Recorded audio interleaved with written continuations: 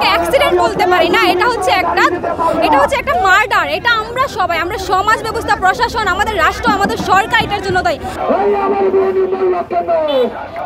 সড়ক দুর্ঘটনায় সতীর্থকে হারিয়ে ক্ষুব্ধ এক শিক্ষার্থীর বক্তব্য শুনছিলেন। তারা রাস্তায় নেমেছেন, অবরোধ করে বিক্ষোভ করেছেন। তাদের দাবি ঘাতক চালকের বিচার।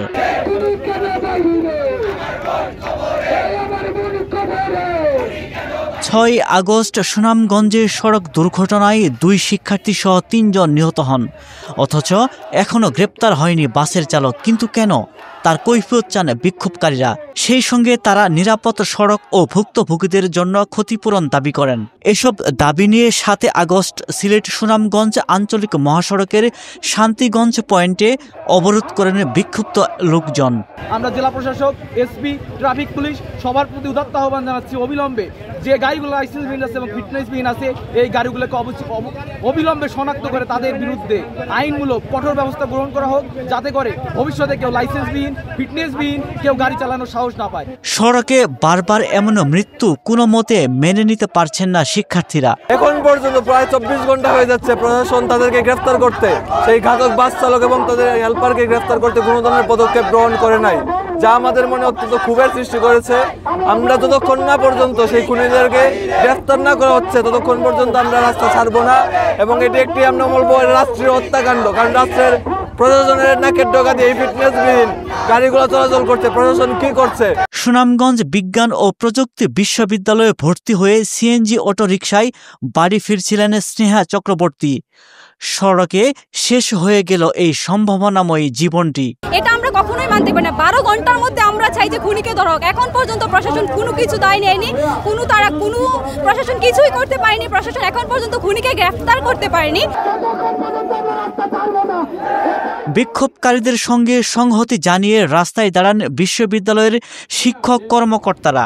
গতকালকের এই অনাকাঙ্ক্ষিত দুর্ঘটনা ড্রাইভারের অদক্ষতার কারণে আমি বলবো যে ঘটনাটা ঘটেছে, এবং এই তার পরিবারকে আমরা তো এই কষ্টটা তাদেরকে আমরা আর ফিরিয়ে দিতে পারবো না, কষ্ট লাঘব করতে পারবো না, কিন্তু আমরা তাদের প্রতি সহানুভূতি জ্ঞাপন করছি এবং মহান রব্বুল আলামিনের কাছে তার আত্মার মাগফিরাত কামনা করছি। ৬ আগস্ট সুনামগঞ্জ সদরের বাহাদুরপুরে বাস সিএনজির মুখোমুখি সংঘর্ষে ঘটনাস্থলে শফিকুল ইসলাম ও আফসানা জাহান খুশি নিহত হন। খুশি পড়তেন সুনামগঞ্জ টেক্সটাইল ইনস্টিটিউটে, আর হাসপাতালে নেয়ার পর মারা যান স্নেহা।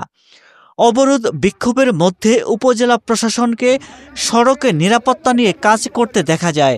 আজকের এই পরিচালনা যেটা আমাদের নিয়মিত যে কার্যক্রম, সেই কার্যক্রমের অংশ বিশেষ করা হচ্ছে। কোনো বিশেষ কারণে আমাদের আজকের অভিযান না, যেহেতু গতকালকে থেকে এবং একই সাথে গত মাস জুড়ে বেশ কিছু অ্যাক্সিডেন্ট আমাদের এই রোডে হয়েছে, এবং স্টুডেন্ট এবং সকলের দাবি যে আসলে আমরা যেটা শুনেছি, বিশেষ করে সিএনজি বা অন্যান্য গাড়িগুলোর লাইসেন্স নেই, তাদের ফিটনেস সার্টিফিকেট নেই, এগুলো আমরা একটু যাচাই করে দেখছি। আমরা বেশ অসঙ্গতি পাচ্ছি। আমরা তাদেরকে কিছু ক্ষেত্রে জরিমানা করছি, কিছু ক্ষেত্রে সর্বশেষ সতর্কতা দিচ্ছি। এই রোডে আমাদের নিয়মিত অভিযান অব্যাহত থাকবে। আমরা এখানে এই রোড ধরে কোনো ধরনের অটোরিকশা আমরা এলাও করব না। আর যদি সিএনজি চালাতে হয় অবশ্যই এটা চলবে নাকি চলবে না এটা আসলে জেলার যারা আছেন ওনাদের সিদ্ধান্ত, কিন্তু এই রোড দিয়ে সিএনজি চালাতে হলে অবশ্যই তাকে তার ড্রাইভিং লাইসেন্স থাকতে হবে। Without taking any kinds of driving licence আমরা তাদেরকে আইনের আওতায় নিয়ে আসবো। আর বাস যেগুলো আছে সেগুলো ঠিক একই রকমভাবে ফিটনেস সার্টিফিকেট এবং ড্রাইভারের লাইসেন্স থাকতে হবে। ফিটনেসের কাগজ কই? গাড়ি ফিটনেসের কাগজ দেন। ওই ডেট আছে ওটা। গাড়ি কাগজ দেন। আপনার যদি গাড়ি কাগজ সব ঠিক থাকে আপনি এখান থেকে যাইতে পারবেন, আমাদের কোনো সমস্যা নাই। ওয়ালটন এখন দেশের সীমানা পেরিয়ে পৌঁছে গিয়েছে ৫০টিরও বেশি দেশে। ওয়ালটন, ঘরে ঘরে বিশ্বজুড়ে।